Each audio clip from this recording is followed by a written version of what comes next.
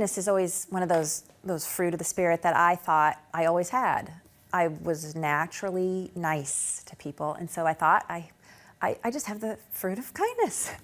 But what comes natural to us isn't fruit, but flesh.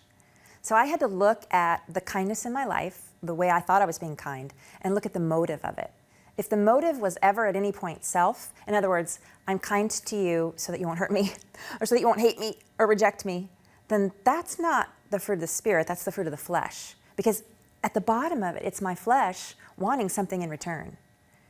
And the fruit of the Spirit is never motivated by self. It's motivated by God Himself, by His Spirit that is leading us to a selfless life. So kindness is something that's easily misunderstood as just being nice to one another. When in truth, kindness is bigger and deeper and more important than that. A common translation, I'll say, for the word kindness that you might not have heard of, but is used in some Bible translations, is the word grace. Now, grace, that word sounds bigger, doesn't it? We talk about grace all the time, and we understand, kind of, God's grace, but it's a huge concept. But that's what kindness is. It is grace. So as we look at kindness to one another, what we should be looking at is the idea of the grace that God has shown us is the grace or the kindness that we're to show others. So it's not treating others as their sins deserve. Now, that means when someone's unkind to you, that in return you're able to do what Jesus commanded us to do, which is love your enemies, do good to those who hate you. We're able to then turn the other cheek. We're able to not retaliate and find revenge when we understand that kindness is offering them grace. It's really me giving up my right to hurt you for hurting me. Because when that happens, when we say, well, they hurt me, so then I get to hurt them back.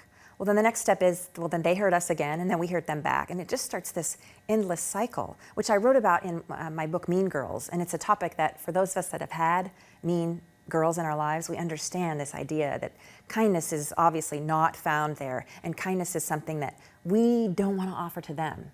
When we have mean people in our lives, those are the last people we want to give kindness to.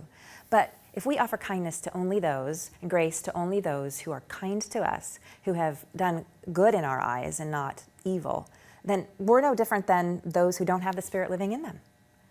But that's not true. When we have the Spirit living in us, we are different.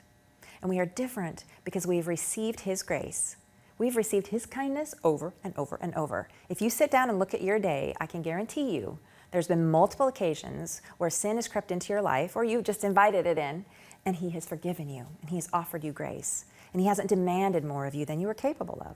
So, in relationship to others, think about kindness as your opportunity to share the grace that God has given to you and give it to them so that they might then see His glory. Because in your ability to respond to others in grace, kindness, you reveal that Spirit that lives in you, and others want more of it. You become, perhaps for a lot of people, a Bible that they'll never read. They'll just see it in your life. They'll see God's Word living and active in you, and that will change the world around you.